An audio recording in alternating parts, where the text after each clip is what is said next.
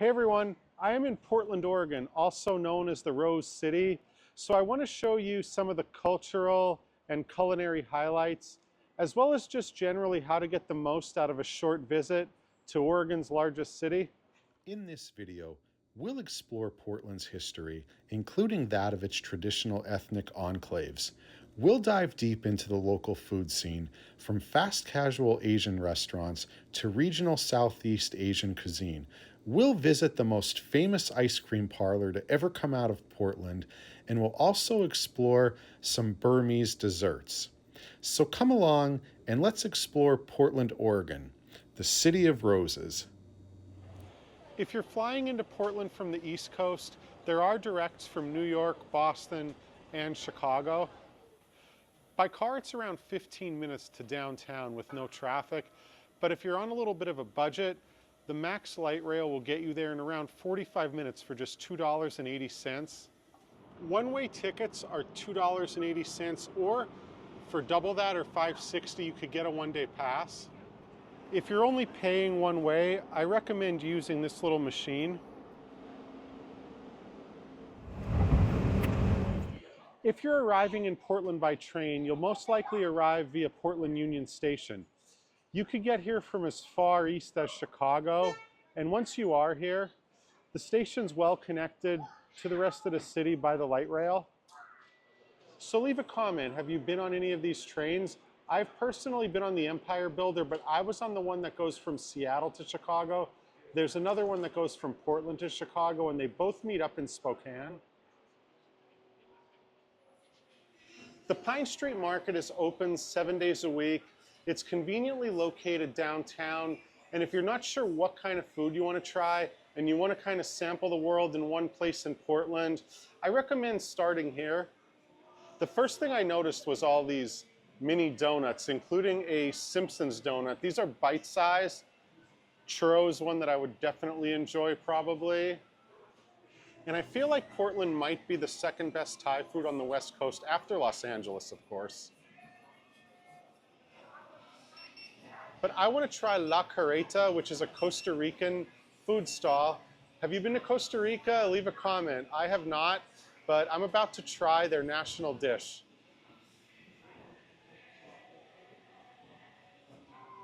So Jason was nice enough to sit with me for a minute, and I hope he's going to explain Gallo Pinto, Costa Rica's national dish. Okay, this is one of our main dish in Costa Rica. Lots of families, like I would say more than 80% of families in Costa Rica, they have gallo pinto as breakfast. Breakfast. Uh-huh, and what is the cheese here? We have cheese, we have sweet plantain, some tortillas, and the gallo pinto. Gallo pinto is a mix of rice and beans. We chop some onions, pepper, some cilantro, and our secret, let's say, is our Lizano sauce. Okay, that's a great point. Lizano sauce, that you were nice enough to give me a little jar. Never heard of this. What is it? I would say like English sauce or like a Costa Rican sauce that we use that for everything, like for gallo pinto, to make some meat, some steak, as well for maybe rice with chicken. Like all families has a bottle in their house. Every family has a bottle in their house. Yeah. All right, so I'm gonna, what do you think? Try the rice first? Sure. Okay. Still hot. It kind of reminds me like a little bit of fish sauce or something like that. It has a stronger taste than what I was expecting. It's like a vegetable sauce. Okay. And like, what else would you do with it? Would you like dip in it or? Oh, basically, lots of people they do it. Also, it will depend on the family and your likes. Because people they like have like a plantain with this one, or some people they add like sour cream as well. This is I think it's like pepper, some spicy sauce. That one. And this is a spicy sauce. Okay. All right. Well, gracias. Thank you very much. I didn't know like how to distinguish a Costa Rican dish from other Central American foods. So this definitely has a unique taste, and I look forward to having a plantain, some cheese, and enjoying the rest of it. Thank you. Enjoy it. If you're like me and you're visiting Portland for the first time, I highly recommend starting your visit here at the Oregon Historical Society. The museum traces Oregon's history from the 1800s up to the present, to the days of automobiles and other issues like housing. So here's where I find the most interesting exhibits in the museum. This is the first floor focused on local history. Check this out. Spotted owl helper. Now that's not real. There was an issue in the 90s and that was kind of made as a joke referencing the issue. And I always enjoy these where you get to test your knowledge. So I'm going to start off as easy since I've never really been to Oregon. 45 seconds. You got to try to beat the clock. Let's see here. Which indie band featured in Willamette Week's Chronic Eyesore exhibition left a significant mark on Portland's 1990s music scene? I don't know Heat Miser, and I've seen Sleater-Kinney 6 times, so I am going to guess the one on the left because I don't know that about Sleater-Kinney. Let's see if I'm right. Leave a comment below.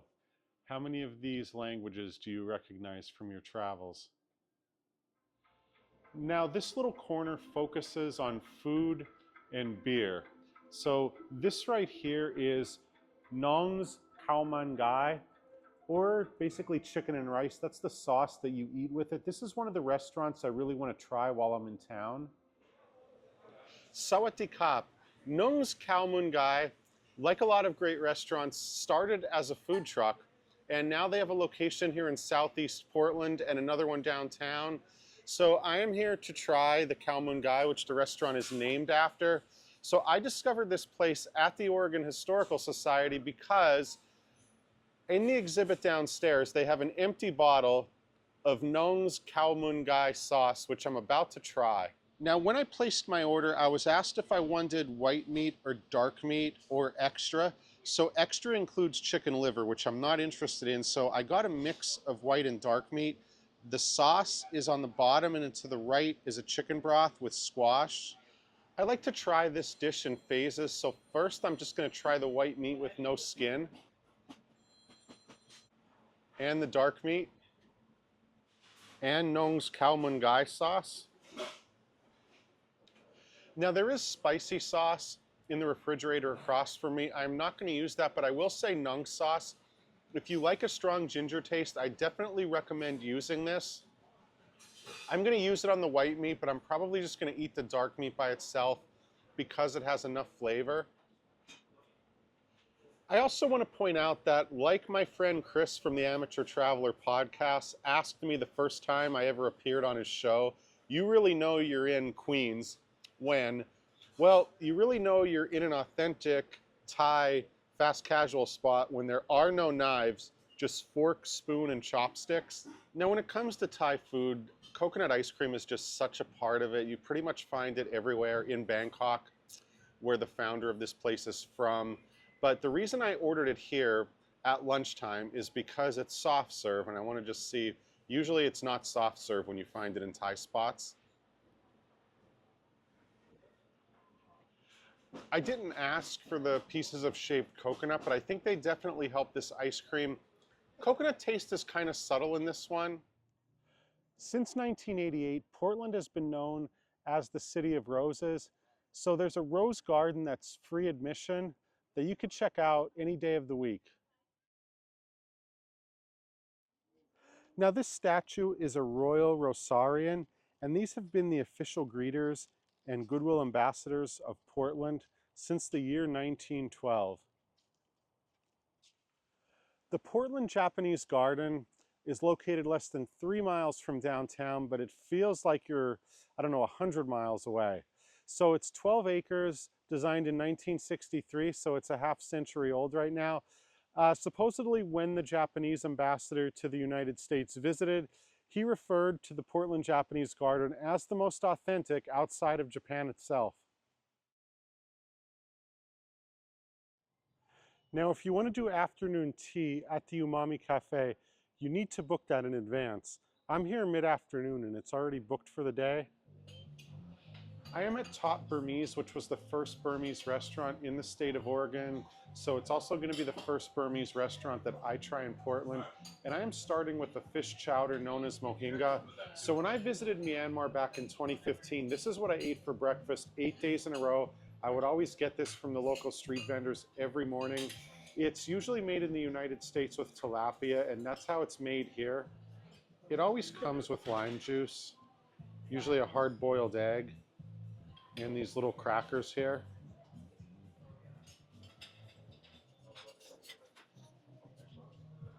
So I like how the mohinga here does not have a lot of raw onions in it. Very strong flavor. Also, the chickpea fritters in there, I think they really make the dish what it is. It adds a little bit of crunch to it. The fish pieces are really tiny, and also it's not thin. Sometimes mohinga could be kind of thin, but this is a little bit maybe thicker than average. For dessert, I'm having the faluda. So if mohinga is the national dish, I would say faluda is the national dessert. It's served with strawberry ice cream here. You can see pistachio on top. There are also almonds in it. And then there's also fruit jelly. Now I've had faluda in Yangon's Little India, but I don't ever remember it having rice noodles, so it's really stringy. So leave a comment. How many of these cities, if any, have you been to? For me, the answer is 2. All right, Salt and Straw is the iconic ice cream location in Portland. And I'm here with Tyler, who started Salt and Straw around 2011, I believe. Yeah. All right, so this is your second location. It's kind of your flagship now. And I discovered this ice cream working on an ice cream guide for holiday flavors last year. And now this is my second Salt and Straw location, but Good. we're I'm so trying a glad. few of your flavors. What are we trying first? Okay. So on top, I've got our olive oil ice cream, which I know olive oil sounds kind of crazy, but it's so good. The way that olive oil just interacts with cream and sugar, it's so decadent. These are Oregon-grown olives, so they're a little bit fruitier, not quite as spicy. And so I just love this one. A little bit of salt is perfect. All right. I noticed the olive oil more than the salt. The salt's very subtle. Yeah. Just to bring it out. I don't know if I'm using the right words, but like bold, robust. You can kind of notice that with the olive oil. All right, next we're trying goat cheese. Goat cheese ice cream with a Mehren berry habanero jam. So Mehren berries it's an Oregon famous berry here, especially in Portland. It's a variety of blackberry, and they're so fruity. There's a little bit of habanero in there, so it brings out just a touch of spice. I love this flavor so much. All right. Have a good one. Still melting in my mouth. Yeah. The spice lingers, but it's kind of subtle. Yeah. I don't like spicy food, but it's subtle enough for me to enjoy it. It kind of like hits you right there. Yeah, I love that. Yes. So then what is the last flavor we're going to try? Well, at the very bottom, we've got our double fold vanilla ice cream. So as you kind of dig in there, you can kind of see the vanilla beans. This is a really amazing flavor. I'm a ice cream purist, so I love vanilla ice cream. Basically what we do is double fold vanilla. That's the vanilla extract we're using. It means they use twice as many vanilla beans in their extract. It's really, really subtle, careful, kind of the perfect just base vanilla ice cream. Okay. I taste the vanilla. It's not salty. Like I can tell. I never order vanilla ice cream, by the way. I always order vanilla ice cream. One other time. I do, but it's not overwhelming, but you definitely can taste the vanilla. Yeah. I'm going to say, though, my favorite, after the vanilla, my favorite is the olive oil. Isn't it so good? Yes, that's if I always tell people, get a pie and put that on top. It's so good. I love that flavor. Well, that one's the winner here. Good. Cool. All right, man. Thank you. Yeah, welcome. Tanaka is a fast casual Japanese spot in downtown Portland. So their specialty is bread. So I'm trying the katsu sandwich. This is the ribeye. So that's milk bread on here. One of the main reasons I wanted to try this. And speaking of bread, check out this little quote above me. It says, "Of everything in the world, who knew bread would bring all the beautiful people together? Now, speaking of that, I also have a donut, yuzu donut. This is a Japanese place. Yuzu is one of my favorite flavors, popular in Japan. So I've seen Japanese donuts like this before where it's kind of a sandwich with the cream in the middle. Now this is milk bread, and it really reminds me more of the milk bread I've often had at Japanese restaurants. But the cream in the middle really stands out because about 2 seconds after you bite into it, you could taste the yuzu. It's strong like I like. There's nothing subtle about it. So I highly recommend if you're gonna get one of the donuts, there's red bean chocolate and yuzu today, at least try the yuzu. Now the bread looks like plain white bread, and the ribeye, if you take a look, it's thinly sliced and it's fried. The bread's a little bit richer, but it's not buttery like sometimes milk bread could be. If you look at my fingers, I mean, there's barely like a layer of moisture on them after touching it. I like the ribeye, it's nice and crispy. It's something I would never typically eat fried unless I was at a Japanese place like this. I'm at the Moxy in downtown Portland, and I found Sunrise, which is a Filipino spot in basically an alleyway on the side of the hotel.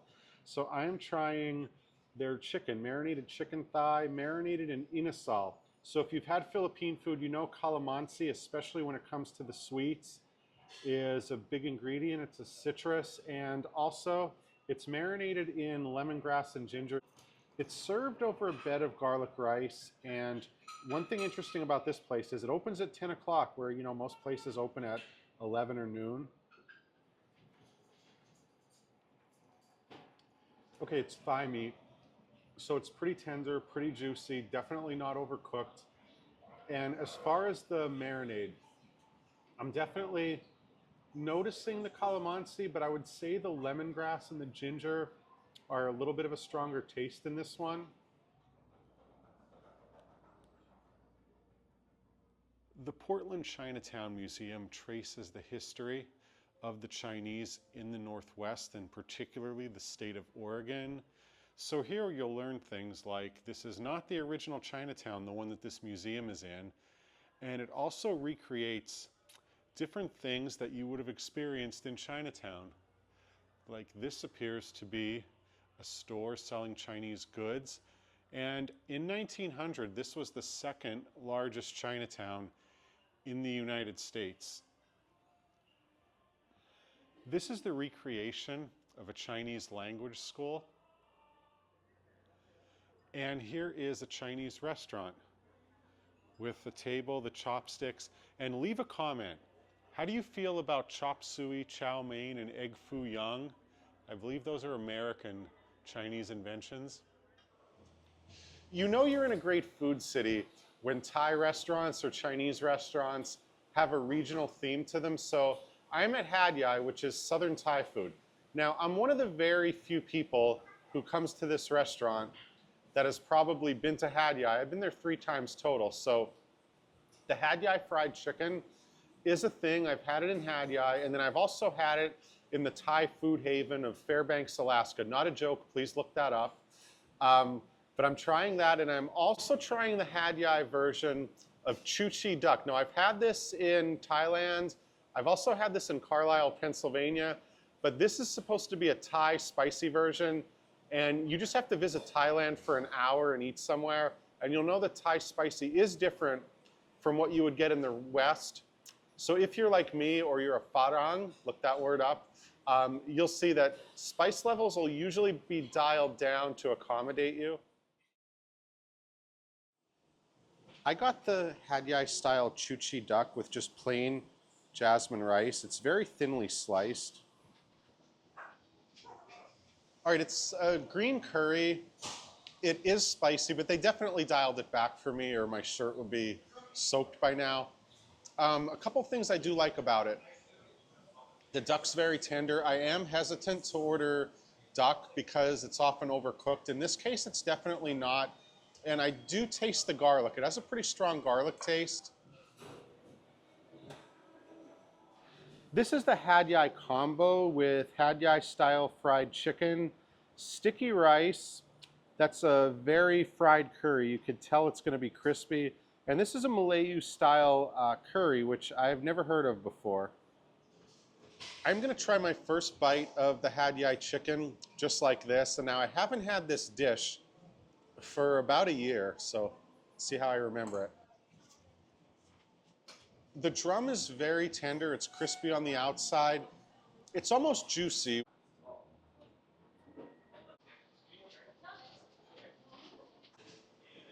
The Had Yai combo comes with roti. The roti's pretty dense. There's a sweetness to it, which I was not expecting.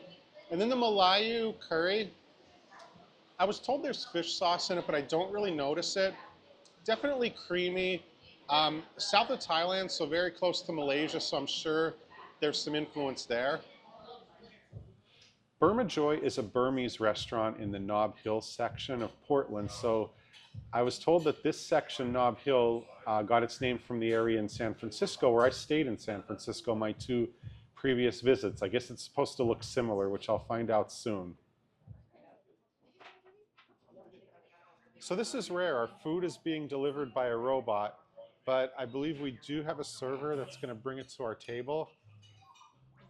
The coconut beef, some rice. First, I am trying the Papawati coconut beef stew. Now, I've had the Burmese beef curry dozens of times over the years, but I want to try this because this is Grandma's recipe. So the owner's grandmother used to make this, and I believe they started selling this dish from a food cart in Portland. So anytime I see Grandma, that kind of makes me at least curious as to what it's going to taste like. All right, so the curry's creamy, which I expected.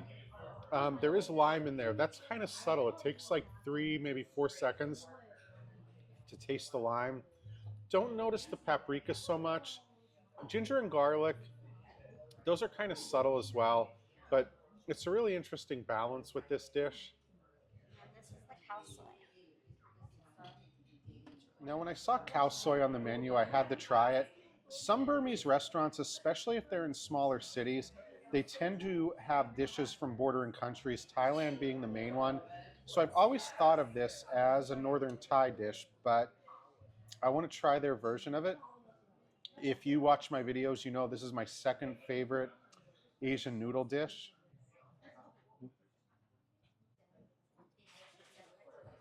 All right, a couple noticeable differences with this version of cow soy. Number one, it's wheat noodles, whereas cow soy is usually egg noodles. I've had it with rice noodles, but I don't recall ever having it with wheat noodles.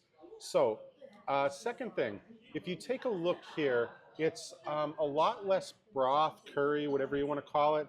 It's a lot more noodles and chicken. I would say the Thai one, number one, is the noodles are different. Number two, it's not as thick. And number three, the Thai version has always been spicier than this. If you don't add any spice to this, it's pretty much mild. All right, while I enjoyed both dishes, I came here to try the curry, try Grandma's recipe. I think I have to give the edge to the cow soy though. It's a little bit of a different presentation. I prefer mild to spicy. So if I came back here again and I could only order one of these two, I may do the cow soy.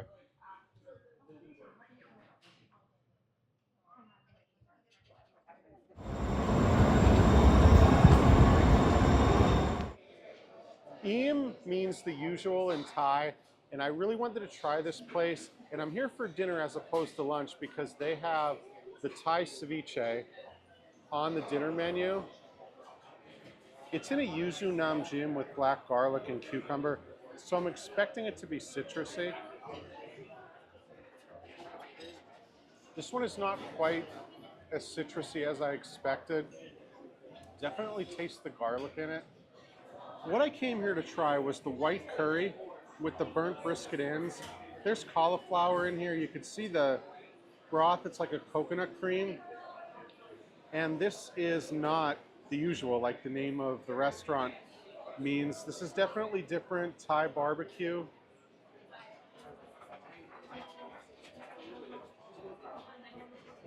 The meat doesn't look overcooked, which is a good sign.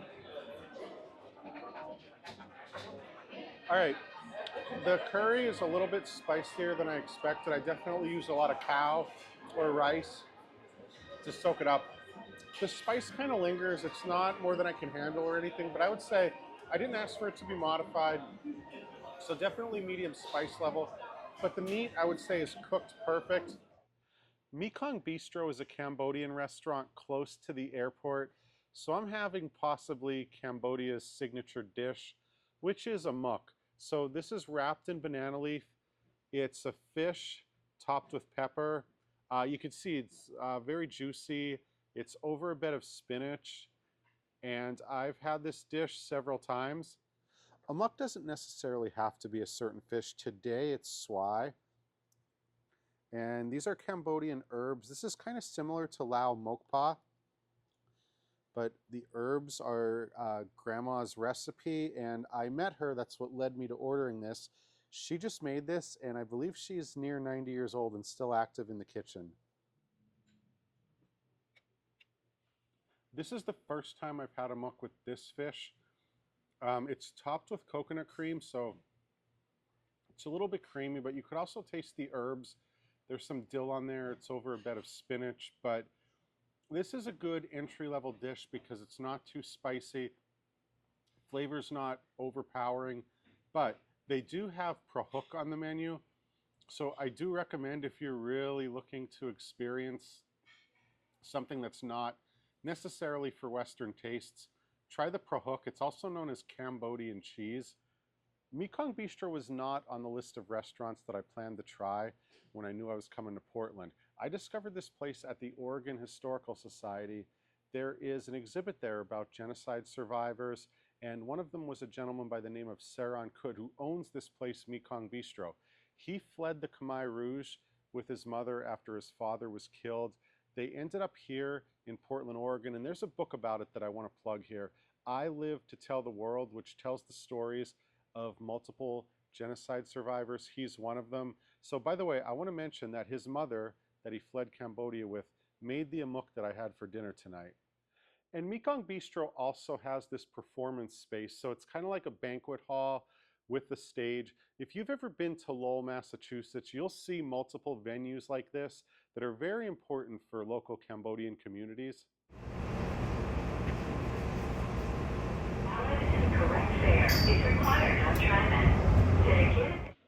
Now, I've been to hundreds of airports around the world, but PDX is the first airport I could recall seeing where they have a free movie theater inside.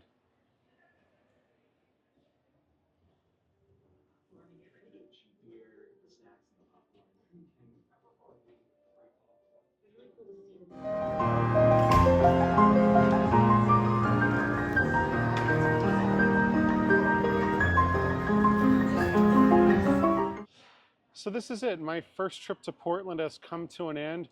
I hope you found something useful in this video and you have a list of some things you're going to do when you first come to Portland or when you make your next trip to Portland if you've already been here. Thank you very much for watching. If you like this video, please subscribe. I got more trips coming up soon, heading out to San Francisco and Sacramento for the first time in 11 years. I am also going to be heading down to Baton Rouge, Louisiana for the first time. And then I got a nice little trip planned to Westchester County, New York. I hope you get to come out to Portland, and I look forward to sharing more videos with you soon.